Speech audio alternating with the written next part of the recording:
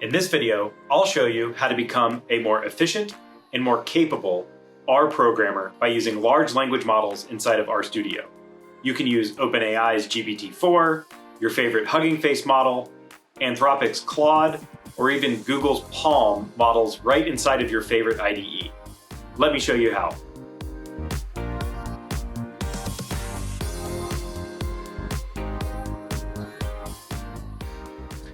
Here we are in a fresh Posit Cloud project. If you want to follow along at home exactly with me, you can create a free account on posit.cloud. And the first thing that we're going to do here is install a number of packages. So we're going to use the package manager. Go ahead and start the installation there. You'll notice it's fairly quick. And we also are going to use the use this package. While that installs, if pack is new to you, I want to encourage you to go give it a try. It, as the developers describe, is fast, convenient, and safe for package management and a new flavor on how to do package management overall. You'll notice that if you were to repeat the same thing with install.packages, use this, it might take a substantially longer amount of time as well. So this use this package, it provides what's called syntactic sugar, basically some wrappers and friendlier defaults that let you do the right thing the first time that you want to do something in R. It's maintained by many employees at Posit who are living and breathing the R development lifecycle. Okay, now what we're going to do is install the actual package that you probably clicked on this video to see, which is GPT-studio. I'm going to install the development version, and that's just because the release on CRAN is so new that it actually hasn't been updated in the package managers that Posit Cloud uses by default. So if you're following along at home, you only need to include GPT-studio in the installation here. I'll go ahead and click enter. While that's going, we can jump over to the OpenAI playground. You'll need to go here to generate an API key. To do that, go to create an account if you don't have one already. You will need to add payment instructions. You will have a free credit that you can use at the beginning here, and that likely will take you a good ways. Once you have all of that set up, click on API keys. Again, we're in the settings here. Select create new secret key, give it a name, and create the key. You'll copy that to your clipboard. I've already copied mine. And we'll jump over back to Posit Cloud. Hopefully the package installation's almost done. It looks like it is. And what we'll do now is we need to set this API key as an environmental variable. We'll use the use this package to do so. So edit R environ. We can specify the scope if we want to, but the default is setting it at the user level. That's good enough for us. So we're going to set the variable OpenAI API key.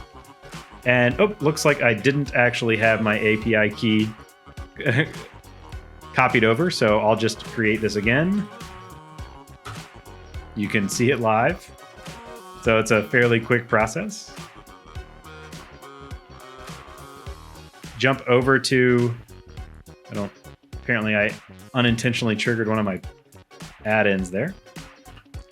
Okay, so we'll save this. And by the way, don't bother freezing the video and copying my API key. I intend on deleting this shortly after finishing the recording. Okay, so we have the necessary packages installed. We've set our environmental variable. We can confirm that with sys.getinv OpenAI API key. There we go. And this serves as the authentication mechanism to query the OpenAI API. Basically, this is how the app works underneath the hood. We can try to launch the ChatGPT app. What I did there was hit Command-Shift-P, or I believe it's Control-Shift-P on Windows. It's prompting us to install a new package. I think we're about to get an error. Yep. This, I think, is a bug within Posit Cloud, or at least is beyond my technical capabilities. All you have to do, if this happens to you as well, is to just leave this session, click on it again, and then this should work just fine. You also, in addition to using the Command-Shift-P to show the command palette, you can go to Add-ins, ChatGPT, and this should work just fine for you as well. And we can see the app here. I've made this a little bit, the font size and the resolution a bit larger here so that it's hopefully easier to read, but it's making it a little bit more compact than when I'm typically using this chat agent here. We can start off with a simple question. So let's say, what is ggplot2? We should see our answer streaming in right below. It's giving us a explanation of all of this, and there's a lot of additional customization and functionality that you can add to this overall capability. So let me open up the settings here so you can get a sense of what these look like. I'm going to make this a little wider so we can see all the settings together. You may want to go and specify, instead of GPT 3.5, maybe you want to do GPT-4. You can balance the quality of the model or the cost on your own there. A lot of different customization options, including the task. So if you're using more general question and answering, much like you would ChatGPT, that could be a good option for you. We have an advanced developer mode. This is something like if you're developing R packages, this might be useful for you. But if you don't like what we have over here, you can actually select custom and then edit the custom prompt below. I'll do something like respond in Spanish as the instructions here.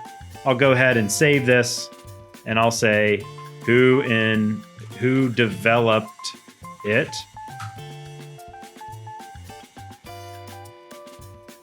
And you see that it is now responding to us in Spanish. The settings that we set there, that would, if we restart the session, that's what I'll actually do right now. Just go to session, restart R, or Command Shift O if you're on a Mac for this. We'll do Command Shift P, and then select ChatGPT to reopen this. And I'll say, who developed ggplot2? My expectation is that this should respond to us in English this time. Yep. If you want to change that to make these settings persist, you can come in here. Let's select Advanced Developer. We'll say no preference on our programming style. Ask it to use the OpenAI API. That's the only one we've set up so far. And we'll go down and pick GPT-4. So we'll save this as a default. Just for simplicity of the programming on my side, or on our side as the development team here, all of these options appear, but they might not all be applicable for the particular configuration that you are using. So if you have any confusion, please create an issue on our GitHub. We'd be more than happy to help you out. So what I'd like to do now is, so we've saved this as default. We can ask this a question of something like, show me an example. And we should have some code output for us here. That'd be, yep. So it's first telling us to install some of these packages, giving us an example for how you could actually use these. We can just to make sure that the code is in fact functioning for us, come over here. Oops, I didn't actually copy it. So I do notice that while it's still running, it's difficult. It doesn't let you copy code. So that maybe that could be a future improvement. Lots of explanation that we have there. We'll go ahead and copy this over. Hopefully we'll be somewhat quick on installing all of the necessary packages that we have. And once this is done, I do expect a plot to show up for us here. Yep, there we go. So that one is a little boring. So let's ask it, make the example more exciting. You'll see that we get a response from this as well. And it this time actually has commented out the code that it assumes we've already run. So we'll have to wait till it's done to copy this code over, but it is convenient that it breaks up these code blocks for you so you can just copy them directly. That's what we'll do here. Copy it in, and I'll say no. It looks like I hadn't actually copied, so that was my fault there. Or maybe I copied the wrong block of code. You're probably yelling at your screen at home, realizing that I had done that. Okay, there we go. It's a little bit more exciting of a plot, not using the default theme. So there's a lot of customization that you can use. The intent here was to give you enough flexibility to have this interaction with the integrated large language models inside of RStudio to be customized for your own experience. So please play around with these settings, maybe tweak the custom prompt if that's of interest to you. There's many other API services: Anthropic, Azure OpenAI, Hugging Face, and Palm. These are a little bit different in the model execution. For example, Claude from Anthropic has a massive token window. The new Claude 2 has 100,000 token window, which is far larger than most code repositories. So I'm excited about trying to load in my entire code repository for maybe some challenging questions that I have to see if it can use the entire context of my project to make some recommendations for me. Thanks for watching this demo of GPTstudio. I hope you see how you could become a better R programmer by trying this package out. I would love to hear from you about what you like, what you don't like. Please create issues on our GitHub repo with feature requests, bug reports, or just a general discussion. We've had a lot of fun developing this package. It's a group of volunteer developers, but we are eager and excited to continue to create useful tools for working inside of our favorite IDE, RStudio. So thanks for watching. I hope to make more content to come, so please like, share, and subscribe. That could really help me grow this admittedly tiny audience that I have today. So thanks for being with us today, and I hope to see you again soon.